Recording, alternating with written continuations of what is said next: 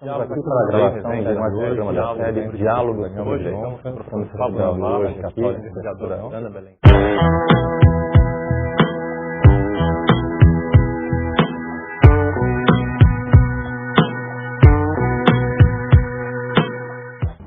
Diálogos sobre o Direito recebe hoje um professor muito especial, o professor Marco Sintra, que me sinto nem muita vontade de apresentá-lo, porque ele é muito mais famoso do que eu. Acho que ele que deveria me apresentar aqui. Mas para provocá-lo, porque diz respeito a que ele fale sobre ele mesmo, eu recebi da Bia um currículo resumido do professor, e já conheci esse currículo, mas me impressionou muito. O professor fez a graduação em Harvard, e Harvard é um signo de excelência, né? O melhor, até no Código da Vinci, o especialista vinha de Harvard. Então, o que é o máximo é de Harvard. Então, fez a graduação em Harvard, em Economia. Fez 2 mestrados em Harvard também, em Planejamento Econômico e em Planejamento Regional. Aliás, Planejamento Regional e em Economia. E depois o doutorado em Economia em Harvard também. Por que tanto Harvard, professor? Essa é uma pergunta interessante. Muitas vezes as coisas não são planejadas na vida, viu, Eurico? Mas, em realidade, eu quando saí do Brasil, e é uma coisa muito interessante, eu fui completar o meu curso secundário na Inglaterra. Eu não completei aqui no Brasil, eu estudava no Colégio Rio Branco, mas saí no meio do curso colegial e fui para um colégio interno na Inglaterra, no Reino Unido, no país de Gales, onde eu fiquei 2 anos, completei o meu curso colegial e a minha intenção era voltar e estudar economia no Brasil. Mas as coisas que hoje já são difíceis e burocratizadas eram muito mais na década de 70, quando eu estava estudando. Então, o meu curso secundário completado nos Estados Unidos não era, aliás, na Inglaterra, não era reconhecido pelas autoridades brasileiras e, portanto, eu teoricamente não havia completado o meu curso secundário e não poderia frequentar uma faculdade no Brasil, o que me fez ir para os Estados Unidos.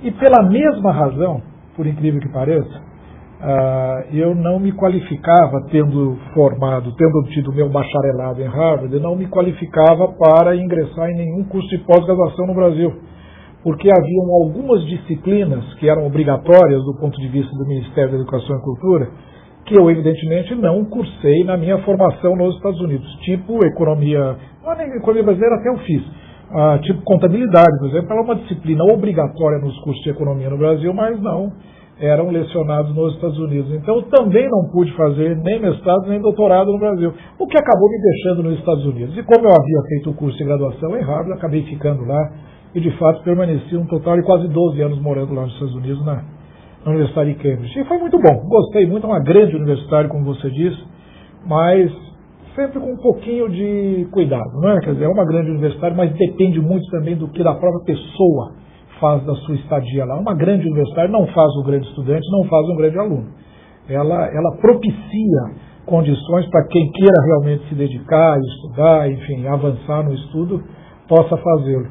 Mas, de fato, é uma instituição modelar, é uma instituição exemplar, e eu fico muito feliz de ter passado um bom tempo da minha vida lá. E ter trazido alguma experiência de lá para cá também. Ou seja, você foi Harvard porque não foi aceito no Brasil. Foi marginalmente. Olha, em realidade é quase isso. Foi excluído por falta de opção no Brasil. Você teve que estudar em Harvard. Uma escolinha desconhecida, não valia nada, então o diploma de lá não era reconhecido aqui no Brasil. Professor, me conta uma coisa. Estamos conversando há pouco sobre o professor Gustavo Sais Silva, que foi vice-diretor da Direito TV, e tem uma frase dele que ele disse no encontro estratégico no começo da formação da Escola de Direito, da Direito TV, que é a seguinte frase: a FGV existe para melhorar o Brasil. Professor, como é que é essa história da FGV, essa proposta da FGV? Alguma relação com a FGV, com esse modelo americano? Como você relaciona sobre essa experiência fora? Qual que é a relação entre o ensino da FGV e o ensino nos Estados Unidos? Eu digo que a Fundação Getúlio Vargas, ela tem uma história muito interessante, né?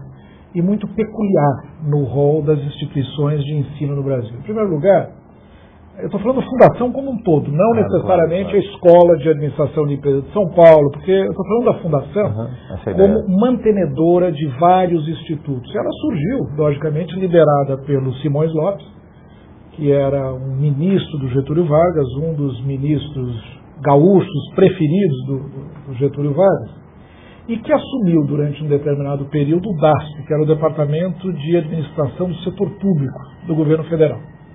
Naquele tempo no Brasil não existia concurso público, promoção não era feita por mérito, não haviam critérios de avaliação, de desempenho. Então qual foi a primeira função, a primeira missão da Fundação Getúlio Vargas? Foi exatamente começar a treinar e capacitar o setor público brasileiro. E não é à toa que a Fundação acabou, digamos, enveredando por uma série de áreas, não só na área de administração pública, que foi o nascedouro da Fundação, mas também para a área de economia, de direito, de sociologia, inclusive de psicologia. Ela começou a se dedicar a praticamente todas as áreas de ciência social. A Fundação Getúlio Vargas foi o primeiro instituto que computou as contas nacionais brasileiras. Antes de passar para o IBGE, era a Fundação Getúlio Vargas que elaborava as contas nacionais, balanço de pagamentos no Brasil, índices de inflação, enfim. Tudo que a Fundação Getúlio Vargas ainda continua fazendo, ela fez pioneiramente, quando nem os órgãos públicos brasileiros ainda faziam. Isso está muito ligado, portanto, ao que diz o saudoso professor Gustavo, que acabou de falecer a questão de um mês atrás. Foi diretor 2 ou 3 vezes da escola aqui de São Paulo, uma pessoa muito marcante. E o que ele diz que a Fundação Getúlio Vargas tem como meta, como missão, ajudar o Brasil a se desenvolver, é exatamente, digamos, o reflexo daquilo que os mais antigos na Fundação pretenderam fazer.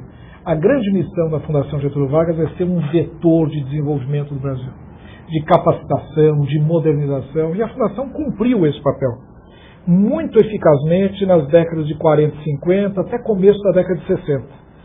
Seja na administração pública, através do IBRE, o Instituto Brasileiro de Economia, a EBAP, a Escola Brasileira de Administração Pública, e na área privada, com a EASP, aqui em São Paulo, na década de 50, quando se criou um curso que no Brasil também era, eu diria até, sofria um certo preconceito por parte das elites paulistas que achavam que estudar administração era uma coisa técnica, que não era a elite queria criar bacharéis, ou engenheiros, ou advogados, ou médicos, basicamente essas 3 profissões, de modo que o administrador ele era tido como um tecnólogo, mas foi a primeira experiência da América Latina na área da administração. Então a Fundação sempre teve esta missão, esta linha, essa orientação de ser um vetor de desenvolvimento nacional. Como eu disse, durante a década de 40, 50, 60 foi muito importante. Durante a década de 60, 70 e 80 ela consolidou uma posição e eu acho que agora ela volta a assumir esse papel novamente, né? Na medida em que ela reabre uma série de preocupações. A Escola de Direito da Fundação Getúlio Vargas é um exemplo típico, onde se introduzem visões novas de uma disciplina antiga, né? A área de economia mesmo, enfim, a Fundação Getúlio Vargas hoje está adentrando, inclusive, na área do ensino secundário, né?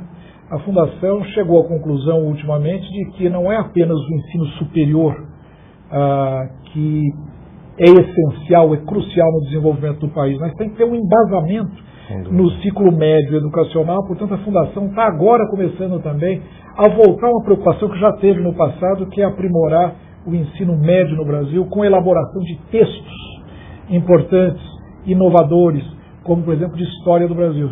A Fundação está preparando um livro que eu espero que todas as escolas secundárias no Brasil se utilizem, um livro de História do Brasil com uma visão diferente, e não a visão oficialesca que nós sempre tivemos até agora, né? Então a Fundação, ela tem esse papel, ela se sente como um elemento participante e muito ativo no desenvolvimento econômico brasileiro. Esse é o papel da Fundação e espero que ela continue suprindo essa função.